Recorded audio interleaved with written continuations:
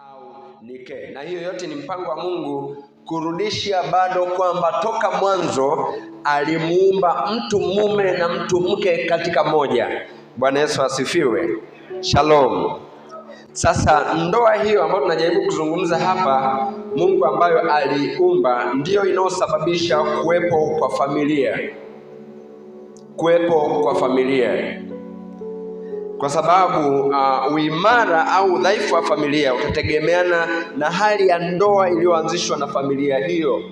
Kwa hiyo vitu ni kama vinajifunga pamoja, ndoa na familia.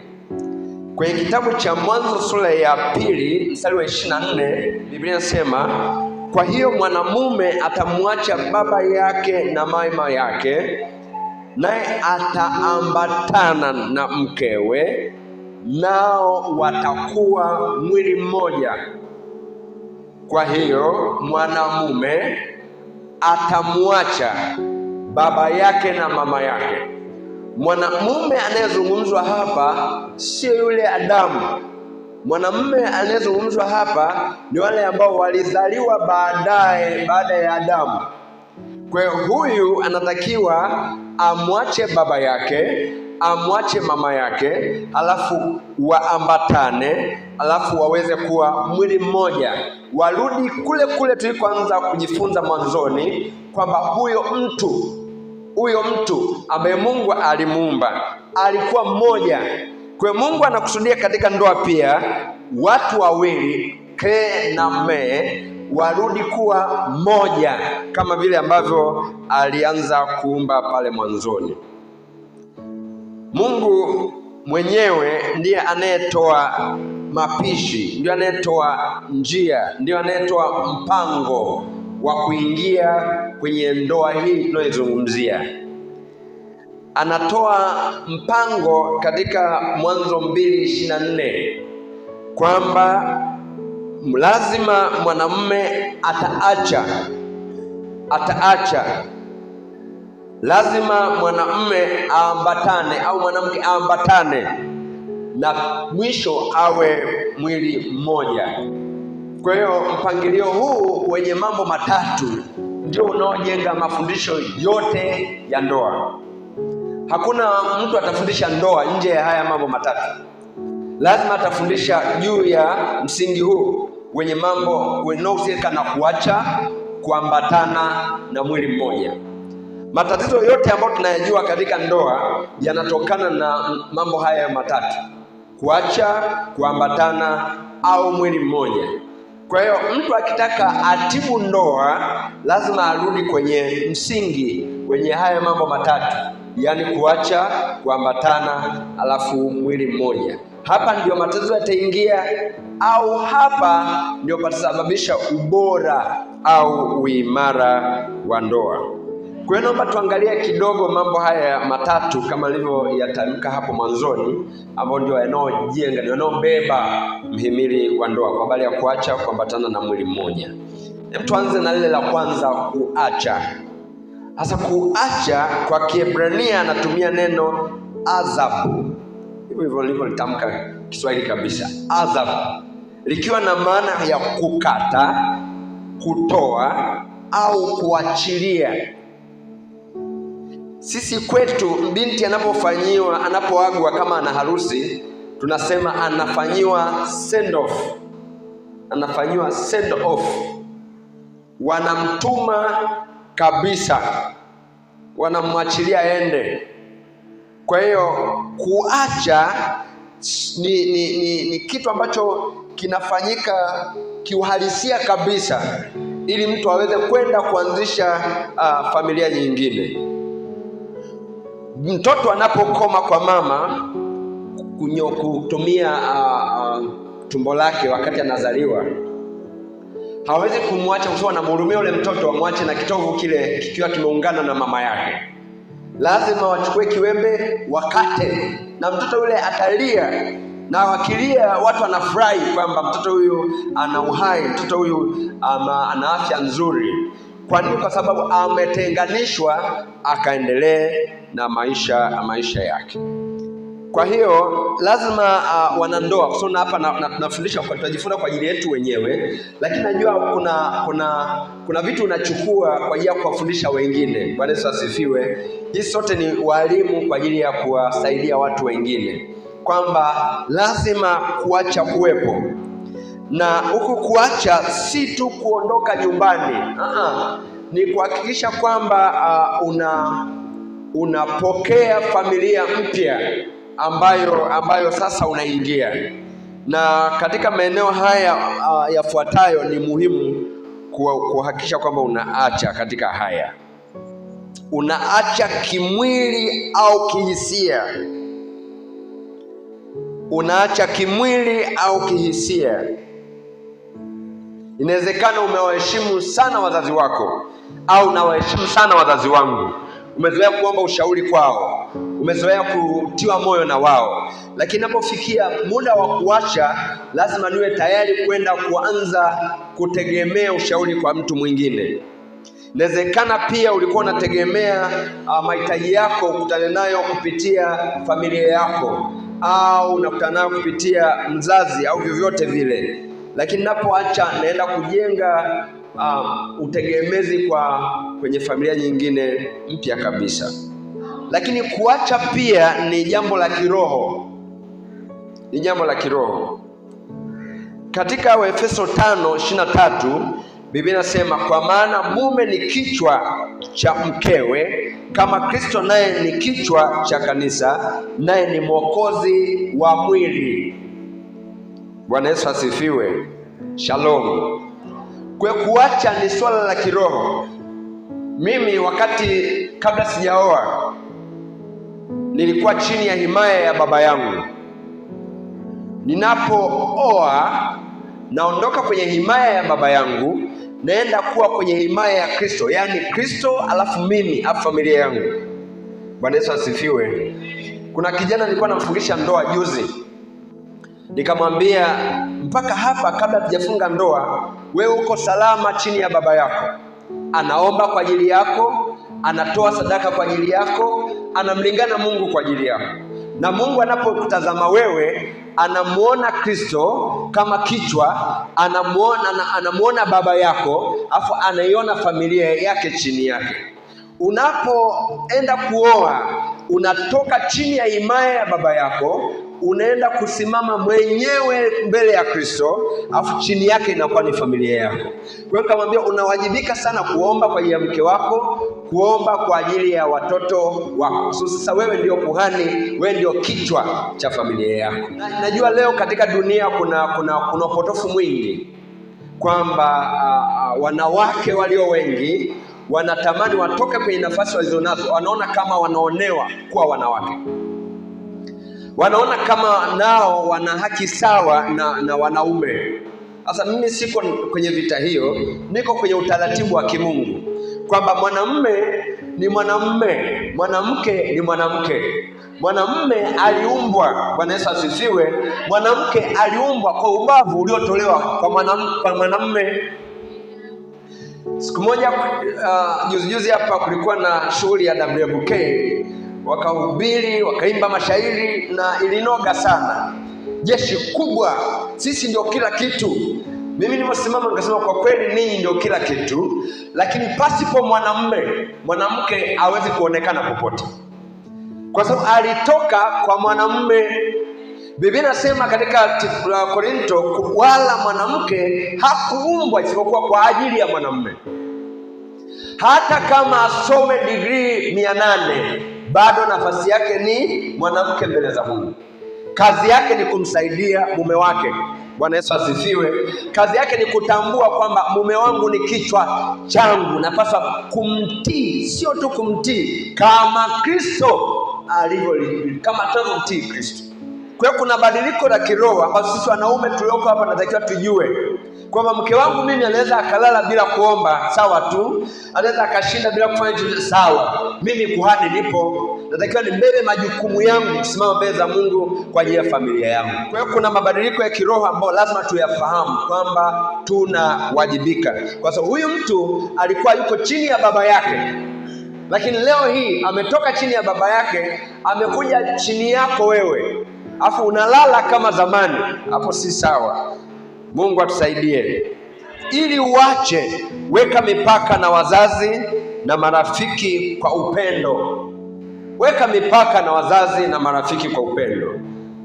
Waambie asante kwa ushauri, lakini sema mimi na mke wangu tumeamua hivi, au tutalifanyia kazi, au ngoja tuendelee kulitafakari.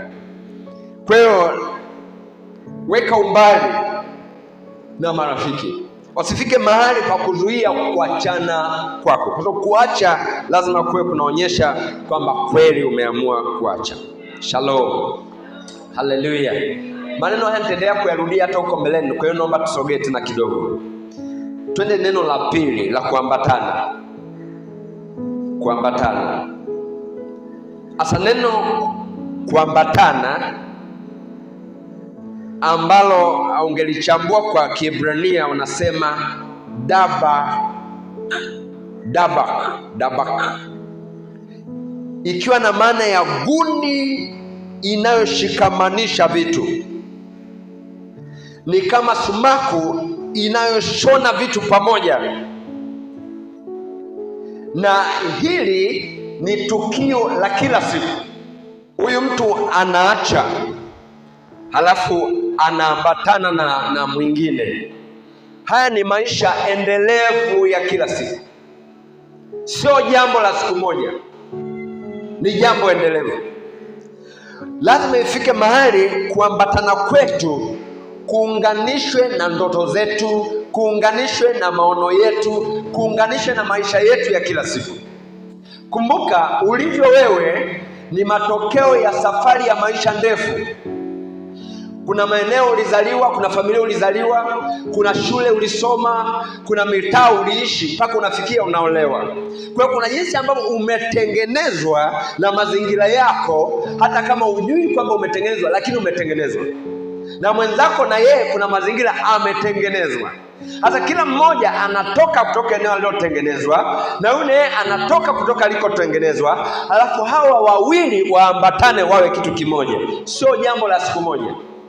Ni maisha ya muda mrefu, ni kazi ya muda mrefu kuendelea kuunganisha hii gundi ili watu hawa wawili waweze kushikamana kabisa.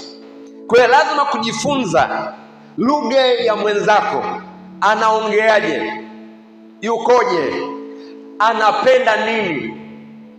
Kuna watu ambao wanapenda maneno na kuna watu ambao wanapenda vitendo.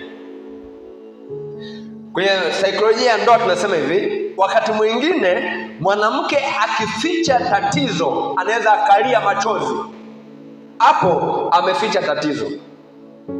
Lakini mwanamume wakati mwingine anaweza akacheka sana, wakati hapo bado amekasirika kweli. Kwa hiyo mara moja kumzoea mtu ni ngumu. Ukija pale kwetu, si kwenye familia yetu, hutakaa usikie tunaongea kwa sauti za juu eti kuna kitu kimetokea ambacho hatujaelewana. Wakati wote tunaongea kana kwamba hakuna kilichotokea. Lakini kwa nini? Kipindi cha uchumba mimi na mke wangu tulikuwa na muda mzuri sana wa kukaa na kuongea na kufahamiana. Kwa hiyo akafanikiwa kunifahamu na mimi nikafanikiwa kumfahamu. Kwa hiyo kwamba bado mpaka leo tunaendelea kutafutana, kuendelea kufahamiana. Bwana Yesu asifiwe. Kwa nini? Kwa sababu mwanadamu sio spika. Mwanadamu ni kiumbe kinachoendelea kukua kila siku. Kwa hiyo inawezekana jana ukamzoea, leo amebadilika, hayuko kama alivyokuwa jana. Kwa hiyo kila siku unahitaji ufunuo mpya uweze kuishi na mwenza wako, ama sivyo ukiishi jana ushakosea. Ndio maana wakati mwingine mimi nasema vitabu vya ndoa, kusoma kitabu cha ndoa chochote kitakusaidia kupata mawazo ya jana. Lakini ukitaka mawazo mapya ni kuanzia kwenye lile ganda kwenda huko mbele ambako hakujaandikwa chochote. Huko ndio utapata mawazo mapya jinsi ya kuishi na mke wako. Kwa hiyo hata kwenye semina hii naweza nikakuvunja moyo kwamba sina uwezo wa kukuambia ili uishi na mke wako kwa furaha ufanye 1, 2, 3. Mimi nitakwambia baki rohoni. Bwana Yesu asifiwe. Kuna somo moja nafundisha linasema Roho Mtakatifu na ndoa yenye furaha. Kwa nini? Yeye anamjua mume wako na anakujua vizuri. Haleluya. Hata kukicha kesho anajua leo amebadilika, yuko hivi, kesho na kesho kutwa leo yuko hivi, anaweza kukusaidia na ukajikuta una ndoa yenye furaha maisha yako yote. Kwa hiyo tunapoambatana tunatengeneza lugha moja. Tunapoambatana tunatengeneza tabia moja. Tunapoambatana tunatengeneza mtu mmoja. Bwana Yesu asifiwe. Kumbuka huyu mtu mmoja Mungu aliyemtengeneza yeye alimtoa katika mtu mmoja. Adam na Hawa walikuwa mmoja. Kwa hiyo walifanana kila kitu. Lakini leo tuna Adam na Eva, wewe ambaye mmoja kakulia Machame, mwingine kakulia Mara. Huyu kasomea Dar es Salaam, mwingine kasoma kijijini. Hao watu ili wafike mahali kwenda kwenye barabara moja ni changamoto kubwa. Watu wa Mungu, kuambatana lazima kwe kama gundi inayotuunganisha. Na ili kuambatana kuwepo, wanandoa wanashauriwa. Kuna baadhi ya mambo ambayo ni vizuri kuendelea kuyafanya pamoja. Ni kushauri tu, muda wa kula chakula tule wote. Na tunapokula kuna baadhi ya vitu weka pembeni, sawa? Simu weka mbali, baki wewe na mtu wako unayeambatana naye. Bwana asifiwe. Unapoenda kwenye ibada tunakaa wote, kuliko umuulize mke wa mtu kwamba hivi amesema kitabu gani. Muulize mke wako. Ndio tunapoambatana hivyo. Bwana asifiwe. Watu wa Mungu, shalom. Kwa hiyo kuna vitu vingi sana hapa ningeweza kuviainisha ambavyo lazima tuvifanye kwa pamoja. Tufanye ibada kwa pamoja, tusome neno la Mungu kwa pamoja, tuwe na mifungo kwa pamoja, tuwe na uwezo. Vitu vingi hivyo tunavyofanya kwa pamoja ndio kutufanya tuendelee kuunganika zaidi katika umoja wetu. Na wakimbiza mwendo mkali au tuko sawa? Tuko sawa? Amina. Bwana Yesu asifiwe. Jambo la tatu ambalo tunaliona kwenye ile kanuni ya Mungu ni neno na mwili mmoja. Sasa baada ya kuacha na kuambatana ndipo matokeo yanakuja ambayo Kiebrania wanaita basal echad. Basal echad. Hivyo, yani mwili mmoja. Haya ni matokeo. Hii sio hatua inayofuata. Ni matunda ya hatua mbili zilizopita. Mwili mmoja ni muunganiko wa vipengele vitatu. Bwana Yesu asifiwe.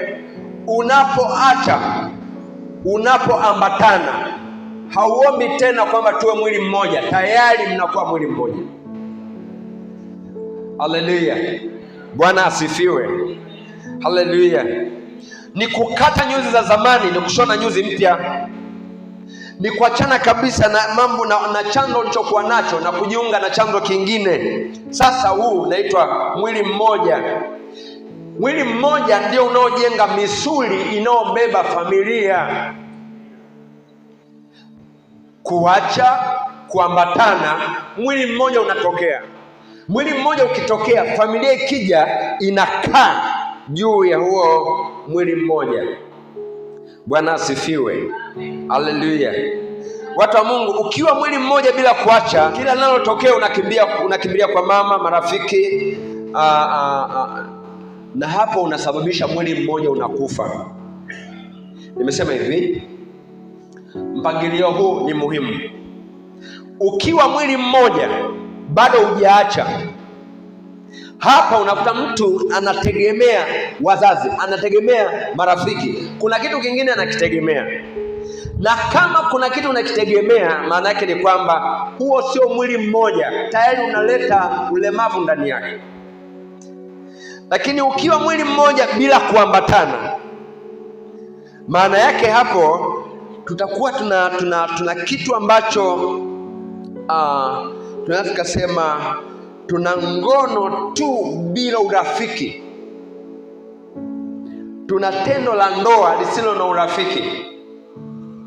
Kwa nini? hakuna kuambatana. Kwenye swala la ndoa, kuacha kuambatana mwili mmoja, tendo la ndoa ni sehemu ndogo sana. Najua tutaigusia kwa kina siku ya Jumapili usiku, jioni ile, lakini sehemu ndogo sana. Mwili mmoja ni zaidi ya tendo la ndoa, unabeba vitu vingi. Sasa kama nikiambatana, tendo la ndoa linakuwa la marafiki wawili, sio la wanandoa wawili. Bwana asifiwe. Watu wa Mungu, shalom. Kuna tofauti ya tendo la ndoa la marafiki wawili na tendo la ndoa la wazazi wawili, wanandoa wawili ambao sio marafiki. Sasa mimi natamani tufike mahali pa tuwe marafiki. Watu wa Mungu, shalom. Bwana asifiwe. Sasa mwili mmoja wenye afya, kuna maeneo ambayo utayaona ndani yake. Utayaona watu wakitafakari kwa pamoja mambo wanayokutana nayo na kufanya maamuzi mara nyingi kwa pamoja. Ukitaka ujue mwili mmoja umeshikamana vizuri, angalia kwenye maamuzi yenu mnayoyafanya. Ukiona kuna baadhi ya maamuzi mwenzako anaweza kayafanya bila kukushirikisha, na ni maamuzi ya hatari ambayo ulitakiwa uyajue, lakini yeye anayefanya kwa kuyaficha uko pembeni, ujue kuna shida kwenye kuambatana, kuanzia kwenye kuambatana kwenu. Haiwezekani uwe mwili mmoja halafu mwili wako mwenyewe usijue baadhi ya maamuzi unayoyafanya. Kama umeambatana na mwenzi wako mpaka mmefikia kuwa kitu kimoja, hakuna siri ambayo utashindwa kumwambia. Bwana asifiwe. Kama ukishindwa kumwambia, iwe ni lile ambalo Mungu amekwambia usimwambie. Bwana asifiwe. Sasa hiyo ni hatua ya juu, si niseme tu hapa kwa wale wanaume ambao tuko hapa, baba atanikubalia. Kristo Yesu anasema hivi, hata sasa ninayo mambo mengi natamani nifanyaje, niwaambie, lakini hamna uwezo wa kufanyaje, wa kuyastahimili. Wewe unafikiri Sara aliyompata Isaka alifurahi kiasi gani? Si alifurahi sana? Wakati anaenda kumtoa awe sadaka ya kuteketezwa, unafikiri angemwambia Sara, mtoto wako anatakiwa akateketezwe leo hii? Unafikiri Sara angeitikia au Sara angerudi kwao? Angesema huyu mwanamume huyu akili zake kidogo naona zinakoelekea si sawa. Kwa hiyo wakati mwingine kwa hekima ya Mungu Baba anaweza ukazuiliwa kwamba hili kaa nalo kidogo. Bwana Yesu asifiwe. Watu wa Mungu, shalom. Ili kutafuta hekima namna ya kulifikisha kwa mwenzi wako. Sasa mambo 14 tunayojifunza kutoka kwenye ndoa ya Abraham na Sara. Abraham na Sara. Mambo 14 tunayojifunza kutoka kwenye ndoa ya Abraham na Sara. Bwana asifiwe. Mambo mangapi? 14. Kabla sijakutajia jambo la kwanza, Abraham na Sara ni miongoni mwa wanandoa wanaotajwa sana katika Biblia. Ndoa yao haikuwa kamilifu, lakini ilikuwa ndoa iliyomtegemea Mungu. Walipitia changamoto nyingi zikiwemo utasa, njaa, migogoro ya kifamilia, maamuzi magumu na kusubiri kwa muda mrefu kutimizwa kwa ahadi ya Mungu. Pamoja na haya yote, waliendelea kusimama katika agano lao na Mungu.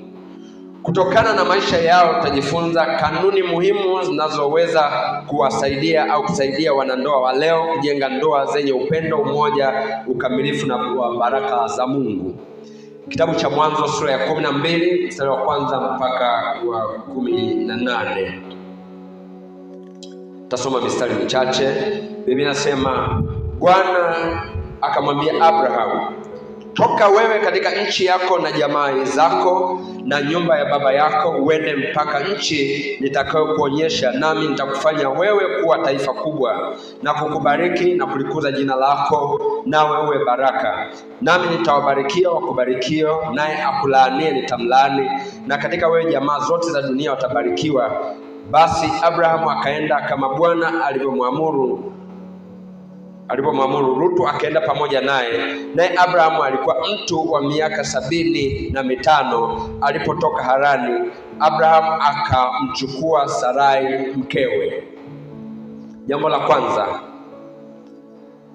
Mambo 14 kutoka kwa Ibrahimu. Jambo la kwanza, Abrahamu na Sara walimpenda Mungu. Abrahamu na Sara walimpenda Mungu. Tunaona mstari ule wa kwanza mpaka wa 9. Bwana akamwambia Abrahamu, toka wewe katika nchi yako na jamaa yako. Na alitoka kwenye nchi yake na jamaa yake. Walimpenda Mungu, walimtii, hata wakafika mahali kufuatilia maisha yao, walimjengea Mungu madhabahu ili kuimarisha mahusiano yao, Abrahamu na Sara. Ajali nyingi kwenye ndoa zinaanzia hapa. Kumbuka, fedha na mali mtu hupewa na babaye, lakini mke au mume mtu hupewa na Bwana. Wakati mwingine ni ajabu kwamba mtu akishapewa anaanza kuwa adimu kwa aliyempa. Tachelewa ibada, tapunguza kujitoa, haonekani kwaya tena, haonekani kwenye majukumu yake ya ushemasi, hamtolei Mungu sadaka kama alivyokuwa anatoa mwanzoni. Lakini kwa Abraham na Sara, wao waliongeza kumpenda Mungu wao. Bwana Yesu asifiwe. Walifika mahali pa kumjengea Mungu wao madhabahu. Unajua, mtu anayemjengea Mungu madhabahu anakuwa na mambo kama 7 hivi ya muhimu, pamoja na mambo mengine. Mtu huyu ana ufunuo binafsi na Mungu wake. Bwana asifiwe. Shalom. Mtu anayemjengea Mungu wake madhabahu ana ufunuo binafsi na Mungu. Mungu sio wetu, Mungu ni wake. Bwana asifiwe. Kwa hiyo huwezi kumhamasisha awahi ibada. Anajua kuwahi ibada ni wajibu wangu. Bwana Yesu asifiwe. Huwezi kumhamasisha atoe sadaka, anajua kutoa ni wajibu wangu. Ana ufunuo binafsi na Mungu wake. Watu wa Mungu, shalom. Mimi naamini kuja kwenu hapa kwenye semina ni vile ambavyo mna ufunuo binafsi na Mungu. Lakini natamani hii ianzie nyumbani. Bwana asifiwe. Haleluya. Bwana asifiwe. Ianzie nyumbani. Lakini jambo la pili ni mtu ambaye ana shauku ya neno la Mungu. Anamsikia Mungu na anatamani kuendelea kumsikia. Ana shauku na neno la Mungu. Kwenye maisha yetu, moja ya kitu ambacho tumegundua mimi na mke wangu, tunapoona wakati mwingine kama unamwambia jembe analeta kijiko, unamwambia kisu analeta uma. Tunapoona vitu kama hivyo tunagundua kuna kitu tumepunguza mahali. Kwa hiyo tunachagua kitabu kimojawapo tunasoma, kwamba sasa tutasoma kitabu cha Mithali sura 2 kwa kila siku. Hapo ikifika jioni lazima tujadiliane umejifunza nini. Tukimaliza hicho kitabu tunajikuta tofauti zetu zimefanyaje? Zimeisha. Kwa nini? Kuna mahali tulikuwa tumepoa. Kwa hiyo lazima huyo mtu awe na shauku ya neno la Mungu. Watu wa Mungu, Bwana asifiwe. Jambo la 3, awe na toba na moyo safi. Awe na toba na moyo safi. Jambo la 4, awe ni mtu wa maombi. Jambo la 5, awe ni mtu wa imani. Awe ni mtu mtii. Jambo la 6 na jambo la 7, awe ni mtu anayependa kutoa sadaka. Watu wa Mungu, Mungu huyu tuliye naye ni Mungu ambaye hana upendeleo. Unataka uyaone matokeo, lazima kuna namna ambavyo anataka aone shauku ya kwako wewe. Haleluya. Ndoa nzuri haitokei tu. Ndoa nzuri inatengenezwa, na ili itengenezwe lazima urudi kwa aliyekupa hiyo ndoa. Yeye anamjua vizuri mume wako na mke wako kuliko wewe unavyomfahamu. Katika ndoa tunasema hivi, kuna kitu tunaita pembe 3 ya ndoa. Bila shaka mmeshasikia mara nyingi. Tuchukulie ile pale mbele ndio pembe ya juu. Huku kwenye kona hii akae mume wako, alafu kwenye ile kona nyingine kule akae mke. Pale juu ni Mungu. Kwa kadri mnavyopanda kumtafuta Mungu, ndivyo mnapokutana ndani ya Mungu. Haleluya.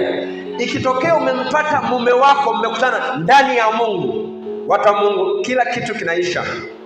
Bwana Yesu asifiwe. Migogoro, mivutano haiwezi kuwepo tena, kwa sababu wakati wote mko ndani ya uwepo wa Mungu. Bwana asifiwe. Kwa hiyo tukutane pale, na ili tukutane pale, mambo yale tuliyotoka kuyazungumza ni ya muhimu. Ufunuo binafsi juu ya Mungu, sio jumla. Haleluya. Bwana asifiwe. Watu wa Mungu, shalom. Haleluya. Kwa hiyo hawa watu walimpenda nani? Walimpenda Mungu. Jambo la pili, Abraham na Sara walitunza siri za ndoa yao. Abraham na Sara walitunza siri za ndoa yao. Ukisoma ile 12 Mwanzo 10 hadi 20, Biblia inasema basi kulikuwa na njaa katika nchi ile, Abraham akashuka Misri, akaenda huko kwa muda, akae huko kwa muda, maana njaa ilikuwa nzito katika nchi. Ikawa alipokuwa karibu kuingia Misri, akamwambia Sarai mkewe, tazama, najua ya kuwa mwanamke mzuri wa uso, basi itakuwa Wamisri watakapokuona watasema, huyu ni mkewe, kisha wataniua mimi na wewe watakuacha hai. Tafadhali useme wewe, ndugu yangu, iwe heri kwangu kwa ajili yako, na nafsi yangu iishi kwa ajili yako. Najua utasema jambo hili halikuwa zuri, halikuwa sawa, lakini wasomaji wa Biblia wanafahamu kwamba ni kweli. Ibrahim na Sara walikuwa ndugu. Nenda kachimbue vizuri. Wote walitokana na baba mmoja, mama tu ndio walikuwa tofauti. Ndugu huyu anaenda Misri, njaa ni kali, anaangalia kigoli alicho nacho mke wake, anasema kule naenda kufa. Akaishia kumwambia mke wake, sasa ili uwe hai na mimi niwe hai, tukifika kule wewe sema mimi ni ndugu yako. Na ni kweli walifikia mazingira ya makubaliano hayo. Undugu wao unaweza ukauona sura ya 11 mstari wa 24 ya kitabu hiki hicho cha Mwanzo. Msingi nataka tuujenge hapa ni uwezo wa kutunza siri. Wewe mtu ni mume wako kabisa, halafu anakuambia tukifika kule useme mimi sio ndugu yako. Halafu mnaondoka wote mnaenda mpaka Misri, halafu muigize kwamba sio nani, sio mume wako. Sio igizo jepesi. Wanandoa mko hapa, wewe unaweza kujaribisha, ni ngumu, lakini walikuwa tayari kutunza hiyo siri.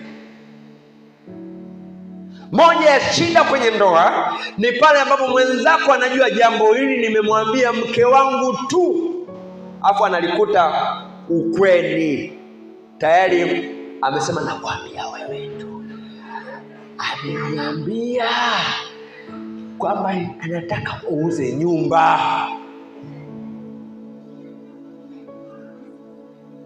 Unajua, najua Jumapili tutazungumza mengi kwa habari ya tendo la ndoa. Watu wa Mungu, tendo la ndoa linajengwa na hivi vitu hivi vidogo vidogo. Siri. Na unapokaa juu ya mtu anayekushawishi ajue siri za nyumba yako wewe, yeye ameficha za kwake. Watu wa Mungu, hakuna ndoa haina changamoto hata moja. Nimekwambia ni wawili, huyu kaishi huku, huyu kaishi huku, wanakuja waishi pamoja, wawe mwili mmoja, sio kitu chepesi. Binti mmoja aliolewa na kijana, alikuwa kijana ndio mzuri kuliko wote, si handsome niseme kanisani. Alijigamba sana, alifurahi mno, alimshukuru Mungu kwamba umenipa yule ambaye kila mmoja alikuwa anamtamani. Mungu umenipa. Na ndoa ikafungwa. Wameenda ukumbini, wakaenda honeymoon, wamefika honeymoon, wakaishia kulala. Sasa kabla usingizi haujaendelea sana, akasikia trekta linanguruma chumbani.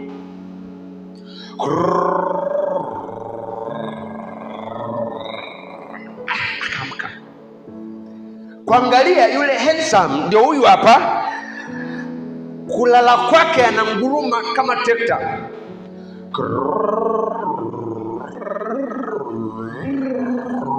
Akamwamsha, baby vipi? Baby, unajua na nguruma. Sorry, samahani. Ni bahati mbaya, lakini na nguruma mno. Kwa sababu tulichoka sana. Akalala tena, akanguruma kuliko mwanzoni. Akasema, kweli ni handsome, lakini kwa kunguruma huku, Mungu nisaidie. Maisha yataendaje hivi? Kuna kuja asubuhi, wafikiria watu wako honeymoon, wanagonga kwa mchungaji. Ngongo. Nani huyo? Ni mimi. Mbona umekuja asubuhi yote hii? Yaani baba, sijalala usiku wote, sijalala. Fulani ana shida gani? Kupiga? Bora angenipiga. Baba ananguruma sana, yaani huwezi kulala. Mezoea kwetu tunalala kwa utulivu. Usiku wote kuru. Yaani kama ndani kuna chula, sio chula.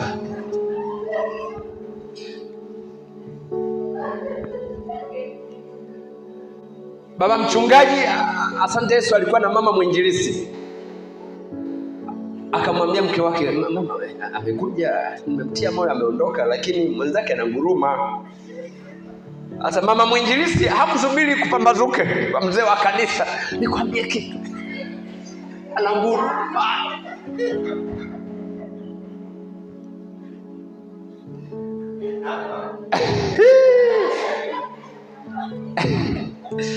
Bwana asifiwe. Watu wa Mungu, shalom. Bwana asifiwe. Haleluya. Uliye naye sio malaika.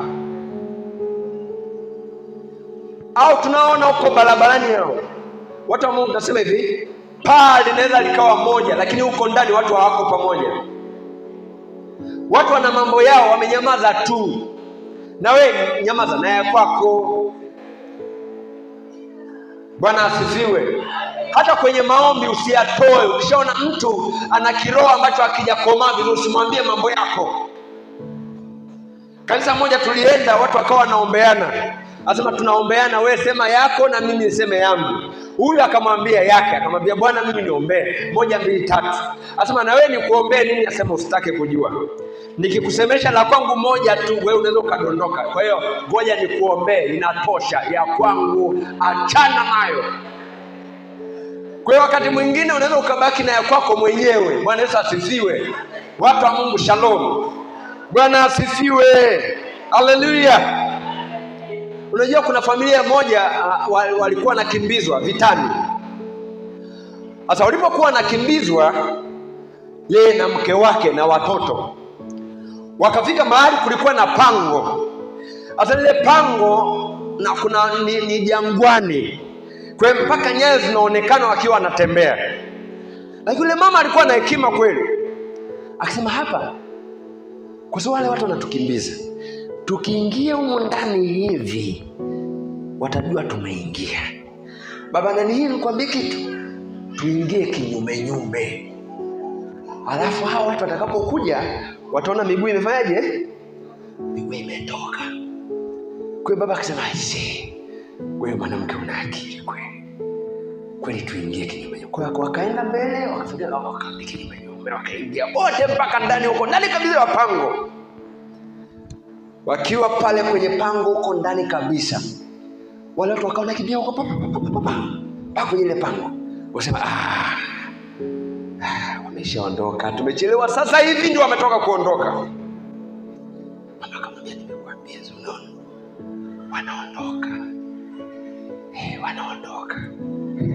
wanaondoka. Lakini anaendelea kusema wanaondoka. Mwisho akasema, unajua tumeingiaje? Lakini hata kama mnaondoka, tumeingia kwa kurudi nyuma. Sasa mbona sasa wanaongea huko ndani? Kwa hiyo kabidi mmoja akachungulie. Kuna kuchungulia, mama akanamwambia,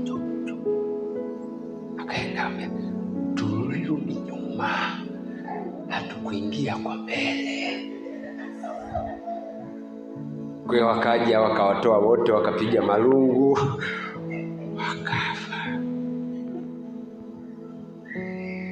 Siri zingine zimebeba ufunguo wa upenyo wa maisha yako.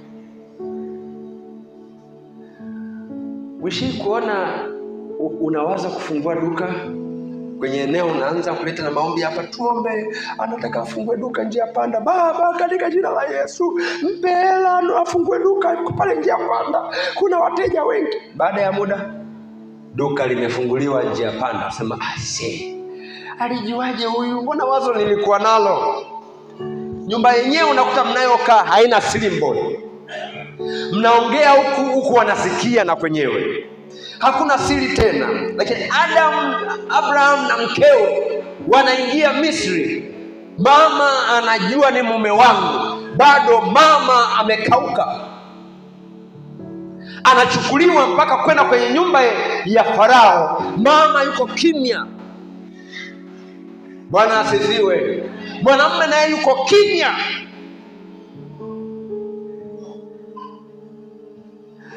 Sizungumzia wale wanatoka akichokola kidogo ishasema kila kitu. Mama Sara bwana kimya, anajua changamoto iliyopo, anajua yule ni mume. Na Mungu alipoona uaminifu wao alipiga ile taifa.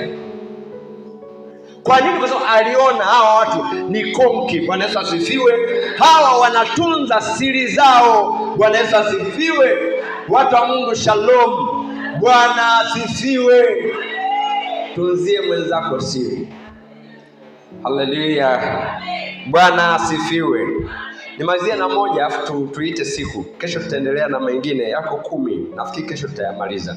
Maana hasa Mungu alichonisemesha nikusemeshe ni hizi ndoa ya Ibrahim na hiyo ndoa nyingine ambayo nitaisema Jumapili. Jambo la 3, Abraham aliujua uzuri wa mke wake. Aliujua uzuri wa mkewe. Biblia inasema Mwanzo 12:15-20, wakuu wa Farao wakamuona, nao wakamsifu kwa Farao.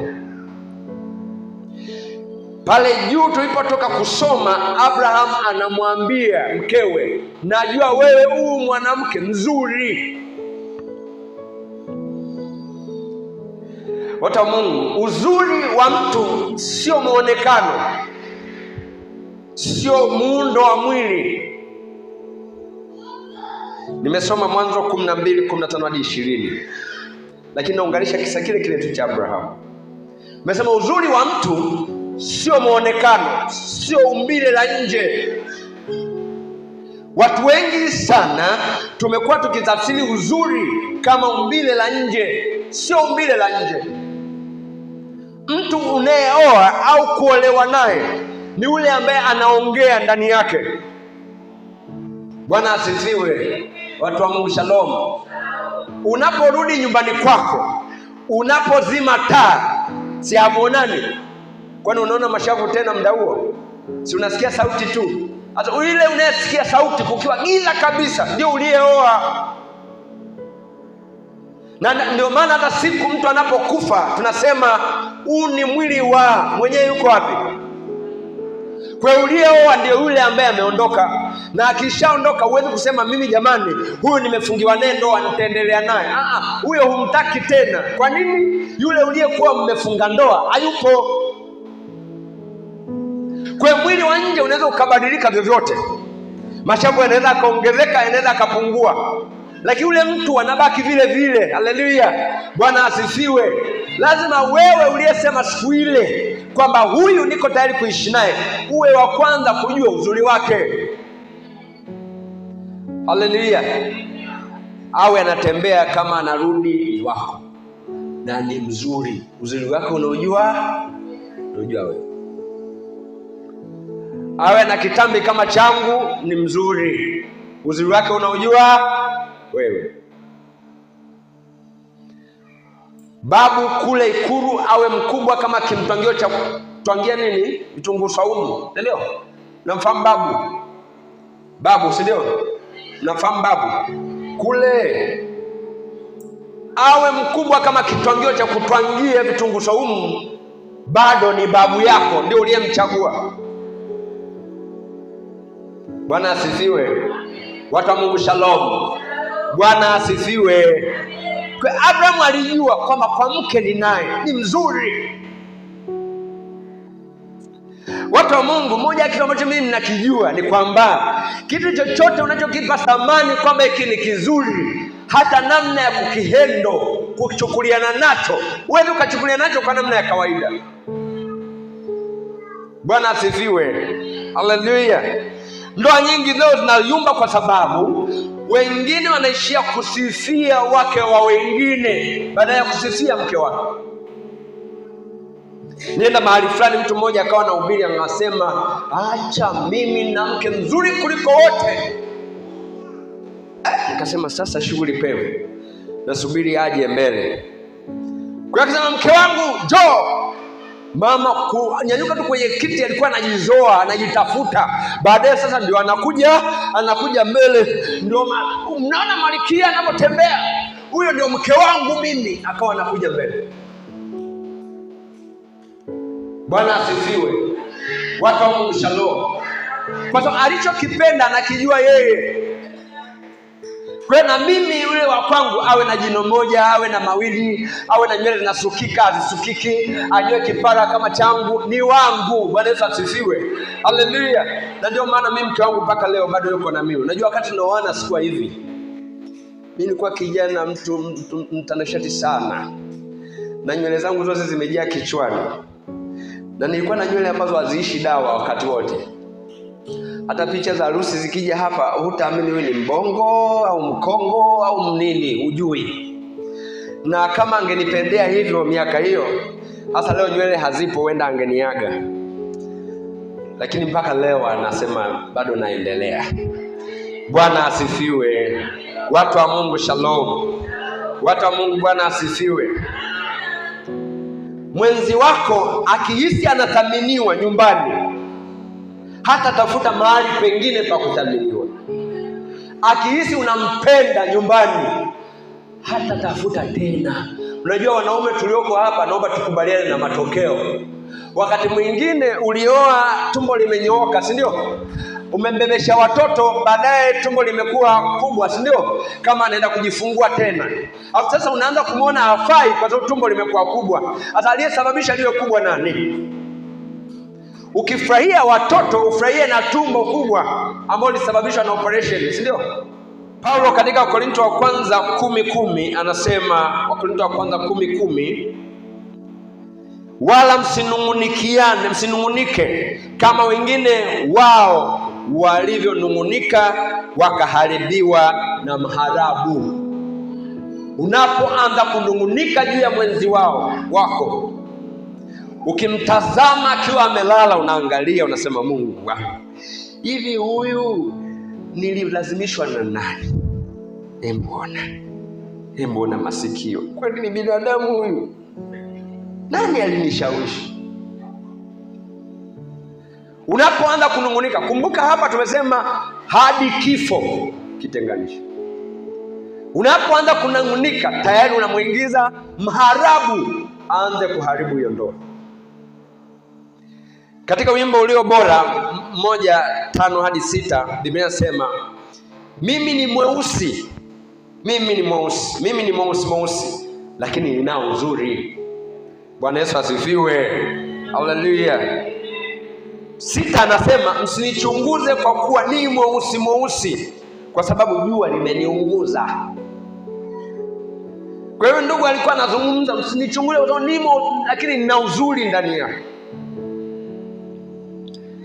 Wimbo ulio bora 4:1 na mstari wa 7, wimbo ulio bora 4 sura ya 4 mstari wa kwanza na Luka nasoma mstari wa 7. Biblia inasema, tazama mzuri mpenzi wangu, mzuri, macho yako ni kama hua, nyuma ya barakoa yako, nywele zako ni kama kundi la mbuzi wakijilaza mbavuni pa mlima Gileadi.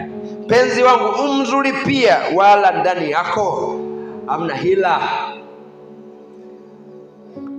huyu mtu anayemsifia mwenzake hivi, hata kama huyu mtu ndani yake kuna hila, wewe unataka uniambie kazi atakayofanya ni ipi? Ataondoa hila. Watu Bwana asifiwe. Baba mmoja, nimalizie na mifano miwili afu nikuache. Baba mmoja alikuwa anataka ajue kwamba mke wake ni mzuri au la. Anasema sina uhakika. Huyu mama tunaenda kazini, tunatembea wote, tunaenda sokoni, hakuna hata mwanamume hata mmoja anasema hakuna. Uzuri wake uko wapi? Ngoja nitajaribisha. Kwa hiyo akampiga kakimini, akampiga na kablauzi hapa, akamwambia tenda kula kwenye hoteli pale, pale tukale. Kwa hiyo akamchukua mpaka pale baa, akamweka kwenye meza, akamnunulia na soda moja. Akamwambia soda uinywe taratibu, masaa 3 tuko hapa, afu ndio tutaondoka. Mimi nitakaa pale, nataka nione kweli wewe wanaume wanaweza wakajisogeza kwako hivyo ulivyo. Nataka nione. Kwa hiyo akawa amemweka hapo mke wake, jamaa anaenda kukaa kama pale, anaangalia akajikuta njema limeenda, limepaki gari, afu limeenda kukaa na yule mama. Akakurupuka kutoka kule akakimbia. Huyu ni mke wangu huyu. Asema mimi sikujua. Niliona amekaa hapa peke yake, nikasema nimpe nini? Nimpe company. Lakini kumbe amechelewa, mama na namba za simu ameshafanyaje? Aishagawa. Watu wa Mungu, ile ndoa ilikufa. Kwa nini? Kwa sababu alienda kumtega mwenyewe, na kumbe amekutana na ambao wanauona uzuri ambao yeye alikuwa hauoni. Nipo hapa kukuhakikishia mke uliooa ni mzuri sana. Rudi tu kwa aliyemuumba. Haleluya. Kama utakuwa na macho ya aliyemuumba, hutaona uzuri wake. Bwana asifiwe. Mama mmoja na yeye, nasema mifano miwili, si ndio? Afu kesho tutaendelea. Mama mmoja, mume wake alikuwa mlevi. Yule mama kila siku baba akirudi usiku anamwambia mimi nitakuua, maana nakufanyia haya yote uende kwenu, utaki kwenda, leo lazima nikumalize. Mama yule akamwambia baba, usifanye hivyo baba, tumetoka mbali, watoto hawa tunao, mimi na wewe ndio mume wangu, tuishi wote baba, haya taisha tu. Anasema sitaki, uondoke uende kwenu. Siku iliyofuata baba yule alivyorudi akachukua panga. Anasema leo utanijua. Kwa hiyo mama alipoona panga akasema leo sasa, akaamua akaanza kukimbia huko polini ili kujiponya asiuawe na yule mume na ile panga. Akiwa anakimbia, mama yule akakutana na shimo, akasimama ng'ambo ya pili. Mwambie baba, najua kweli unakuja kuniua, lakini hapo kuna shimo, angalia usije ukadumbukia ukafa. Nisubiri nitakuja kuua. Akamkimbiza kweli, kafika pale kakuta shimo, lakini bado kageuza upande wa pili, kaendelea kumkimbiza. Kimbiza. Kafika mahali kakutana na shimo refu, sasa watu wanachimba shimo la choo. Yule mama akaamua kusimama pale ng'ambo yake. Baba, sasa nakuomba zunguka tu huku uje huku niue, lakini ukipita hapo kuna shimo la choo, utadumbukia, utakufa. Nisubiri, nakuja. Kaja mpaka pale, kalikuta lile shimo la choo, kaliangalia urefu wake, alafu kajiangalia na yeye, alafu kasema kweli mimi ni mjinga. Yaani huyo mama angekuwa ana nia mbaya, si angeniacha ningedumbukia. Lakini mpaka ananiambia usidumbukie humu, utakufa. Akamwambia mke wangu, njoo turudi nyumbani, nimejitambua kwamba mimi nimepotoka. Akalitupa panga, akamshika mke wake mkono, wakarudi nyumbani. Kwa nini? Mwanamke huyo alijua thamani ya mume wake, alijua thamani ya ndoa yake. Unajua, wakati mwingine naweza tukawaza kwamba kutoka kwenda nje kuendelea na mambo yako ni jambo jepesi, lakini kumbe lina majuto kuliko ndani pale ulipo. Wakati mwingine unaweza ukaenda ndoa ya mwingine ukiona ni nzuri sana kuliko yako, lakini kumbe hajakushirikisha changamoto anazopitia. Watu wa Mungu, Ibrahim aliujua uzuri wa Sara. Bwana Yesu asifiwe. Ni shauku ya moyo wangu ujue uzuri wa mwenzi wako.